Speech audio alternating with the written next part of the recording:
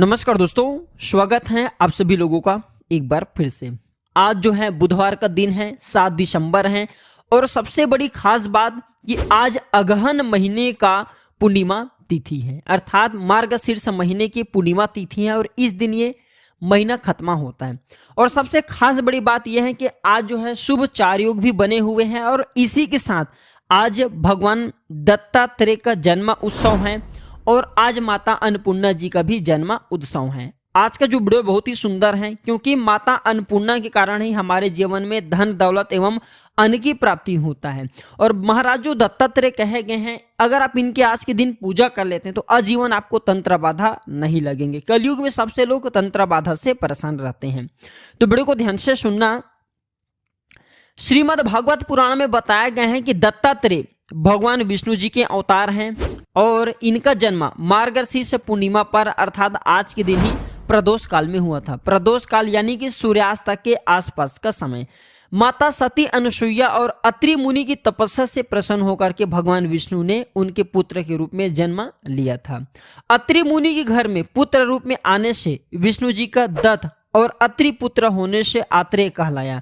दत्त और आत्रेय के संयोग से इनका नाम दत्तात्रेय पड़ा।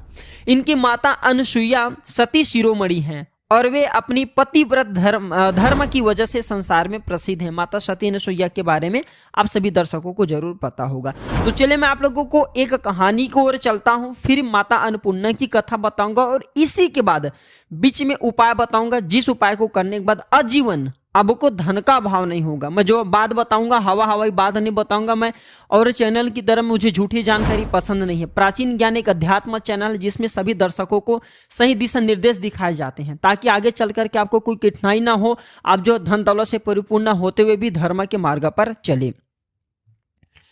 तो देखिए, भगवान ब्रह्मा, भगवान विष्णु और भगवान शंकर जी महाराज की पत्नी, जिसे हम माता सरस्वती, माता लक्ष्मी और माता सती के नाम से जानते हैं, इन्हें अपने पतिव्रत धर्म पर बहुत गर्व था। प्राचीन समय में इन्हें अपने पतिव्रत धर्म पर बहुत गर्व था और उस समय नारद मुनि ने तीनों देवियों को अनुसुईया के बारे में बताया और कहा कि अनुसुईया के सामने आपका सतीत्व बहुत कम है।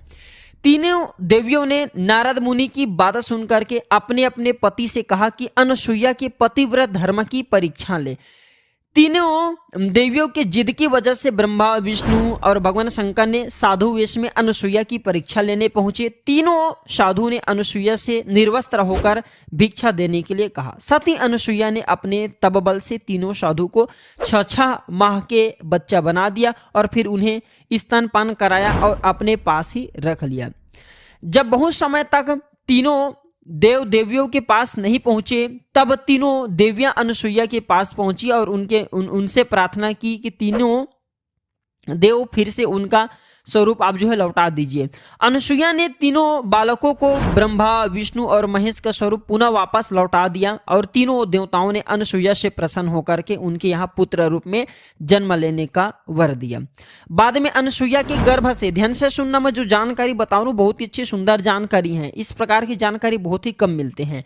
तो बाद में अनुसुईया के गर्भ से ब्रह्मा के अंश से चंद्र उत्पन्न हुआ। जो चंद्रदेव हैं ये ब्रह्मा के अंश से उत्पन्न हुआ है, हमेशा याद रखना। जो चंद्रदेव हैं ये ब्रह्मदेव का अंश है।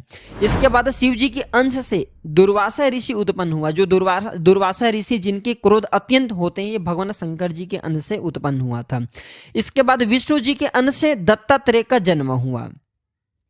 अब आप जान चुके हैं कि ये आज के दिन दत्तात्रेय का जन्म क्यों हुआ, और दत्तात्रेय है इसमें तीनों देवताओं का अंश, भगवान शंकर, भगवान कहा जाए ब्रह्मदेव और स्वयं भगवान विष्णु जी बसते हैं। इसके बारे में कथा भी बताऊंगा, ठीक है, बाद में।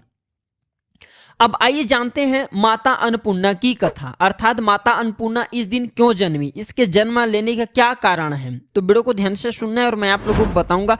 अगर आज के दिन आप यह वीडियो मिस कर देंगे दर्शकों, सारे जिंदगी दरिद्र रह जाएंगे। माता अन्नपूर्णा को प्रसन्न करने का आज सबसे अच्छा शुभ दिन है।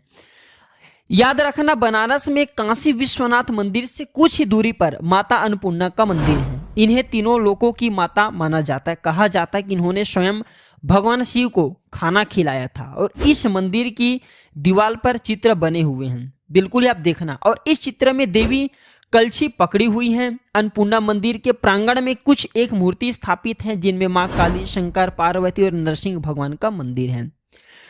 तो देखिए, अन्नकूट महोत्सव पर मां अन्नपूर्णा का स्वर्ण प्रतिमा एक दिन के लिए भक्त जो है आज मतलब एक दिन के लिए यहाँ दर्शन कर सकते हैं। अन्नकूट जो पूर्णिमा होता है उस दिन, अर्थात आज के दिन अन्नपूर्णा मंदिर में आदि शंकराचार्य ने अन्नपूर्णा स्तोत्र की रचना कर ज्ञान वैराग्य प्राप्ति की कामना की थी।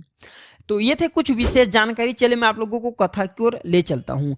तो अन्नपूर्णा देवी हिंदू धर्म में मान्य देवी देवताओं में विशेष रूप से पूजनीय है, क्योंकि इन्हें मां जगदम्बा का ही स्वरूप माना जाता है, जिनसे संपूर्ण विश्व का संचालन होता है। क्योंकि अन्न के अभाव में पूरे विश्व दरिद्र हो सकते हैं, तो इन्हीं जगदम्बा के अनन्य स्वरूप अन्नपूर्णा माता संसार का भरण पोषण करती है। अन्नपूर्णा का शब्द जो शाब्दिक अर्थ है धन्य, अर्थात अन्न की अधिष्ठात्री। सनातन धर्म की मान्यता है कि प्राणियों को भोजन मां अन्नपूर्णा की कृपा से ही प्राप्त होता है। ध्यान से सुनना। शिव जी की अर्धांगिनी कलयुग में माता अन्नपूर्णा की पूरी काशी है, किंतु संपूर्ण जगत उनके नियंत्रण में है। बाबा विश्वनाथ की नगरी काशी के अन्नपूर्णा जी के आधिपत्य में आने की कथा बड़ी रोचक है। कैसे रोचक है? भगवान शंकर जब पार्वती के संग विवाह करने के पश्चात उनके पिता के क्षेत्र हिमालय के अंतर्गत कैलाश पर रहने लगे, तब देवी ने अपने मायके में निवास करने के बजाय अपने पति की नगरी अर्थात भगवान शंकर जी की नगरी काशी में रहने की इच्छा व्यतीत की। महादेव उनके साथ लेकर अपने सनातन गृह अभिमुक्त क्षेत्र जैसे काशी है इसमें आ गए। काशी उस समय केवल एक महाशमशान नगरी थी।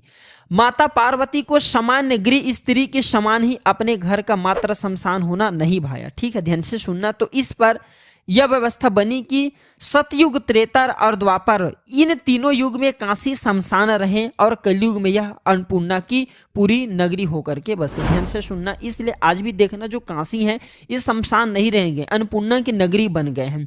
तो इसी कारण वर्तमान समय में अन्नपूर्णा का मंदिर काशी का प्रधान देवपीठ हुआ। दोस्तों, स्कंद पुराण की काशी खंड में लिखा है कि भगवान विश्वेश्वर गृहस्थ हैं और भवानी उनकी गृहस्थी चलाती हैं, अतः काशी वासियों के योग क्षेम का भार इन्हीं पर है।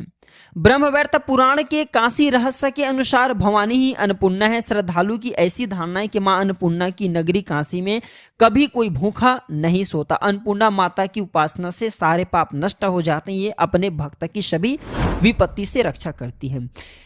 तो ध्यान से सुनना। इनसे प्रसन्न हो जाने पर अनेक जन्मों से चली आ रही दरिद्रता का भी निवारण होता है, क्योंकि यही हमें धन प्रदान करती हैं। ये अपने भक्तों को सांसारिक सुख प्रदान करने के साथ साथ मोक्ष भी प्रदान करती हैं।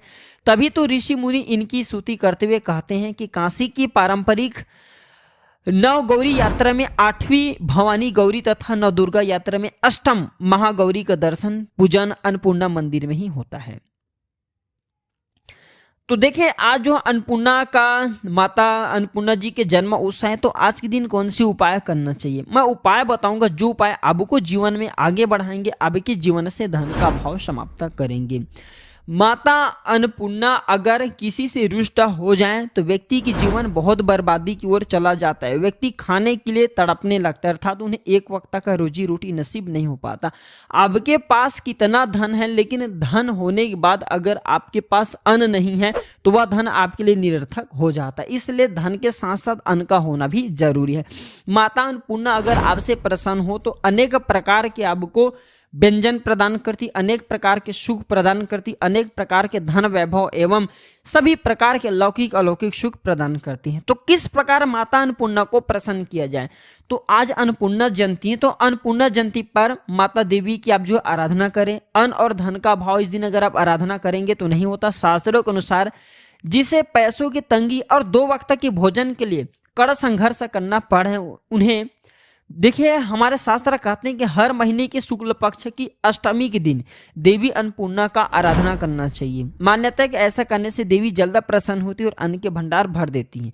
लेकिन अगर आप ध्यान से सुनिए, अगर आप चाहते हैं कि प्रत्येक महीने में उपाय आपसे नहीं बन पाते, क्योंकि आज के जनरेशन में सब लोग उपाय प्रत्येक कहा जाए महीने की अष्टमी तिथि में करना संभव नहीं होता। तो आज जो अन्नपूर्णा जयंती है, तो अन्नपूर्णा जयंती में सप्तधान किसे कहते हैं? ध्यान से सुनिए। जौ, गेहूं, चना, मूंग, सांवा, उड़द और काकुन, इसे सप्तधान कहे गए हैं। तो ये देवी अन्नपूर्णा को अर्पित करें। आज ही के दिन कुछ मत करें, आप कोई उपाय करें या ना करें कोई बात नहीं, आज जो है रात होने से पहले किसी भी टाइम में जौ, गेहूं, चना, मूंग, सावा, उड़द और काकुन ये देवी अन्नपूर्णा को अर्पित करो और अर्पित करने के बाद इसे पक्षी को खिला दे। पक्षी नहीं है तो इसे गरीबों में बांट दे। इससे आपके जन्मों की दरिद्रता समाप्त हो जाएगी। मान्यता है कि ये 7 ग्रहों के 7 प्रकार के अनाज होते हैं जिन्हें दान करने से जितने भी जो ग्रह हैं ये सब ग्रह बाधा समाप्त हो जाते हैं। सप्त ऋषि का भी प्रतीक माना जाता है। राहु और केतु को देव योनि में ग्रहों में नहीं माना जाता। और अगर आप चाहते हैं कि आजीवन आपके जीवन में धन का अभाव ही ना हो तो आज एक काम जरूर करना। सभी दर्शकों को बताना चाहूंगा, आज के दिन सूखा साबुत धनिया आपको लेना है और सूखा साबुत धनिया आज के दिन माता अन्नपूर्णा को चढ़ा देना है और अगले दिन इसे किचन में कहीं भी आपको जो है छिपा करके रख देना और पूरे अन्नपूर्णा जयंती आते तक आपको इसे छिपा करके रखना है। या फिर एक काम ऐसा कर सकते हैं, आज के दिन माता अन्नपूर्णा को आप माता अन्नपूर्णा की पूजन में सूखा साबुत धनिया चढ़ा दीजिए और इस धनिया को जो आप भोजन बनाते हैं, खाना बनाते हैं, सब्जी बनाते हैं, उसमें थोड़ा थोड़ा डालना शुरू कर दीजिए। बिल्कुल ही आपके घर में आजीवन अन्न धन का भाव नहीं होगा, निरंतर माता अन्नपूर्णा की कृपा से, क्योंकि धनिया धन का प्रतीक माना जाता है। निरंतर आपके घर में धन को बढ़ाएंगे। ये छोटे छोटे जानकारी व्यक्ति की तकदीर को बदलते हैं। आप माने या ना माने, छोटे छोटे उपाय में व्यक्ति के भाग्य उदय छुपा होता है। तो ये उपाय जरूर कीजिए क्योंकि बहुत ही आसानी से किराने की दुकान में आपको मिल जाएंगे। कहा जाए तो धनिया कोई महंगी चीज नहीं है और आप इसे नित्य खाना शुरू करवा दीजिए, आपको लाभ ही मिलेंगे। तो आशा करता हूं कि आज की जानकारी आपके जीवन में मंगलमय एवं कल्याणकारी साबित जरूर होंगे। जानकारी कैसा लगा हमें कमेंट सेक्शन में जरूर बताइएगा। वीडियो देखने के लिए धन्यवाद। नमस्कार।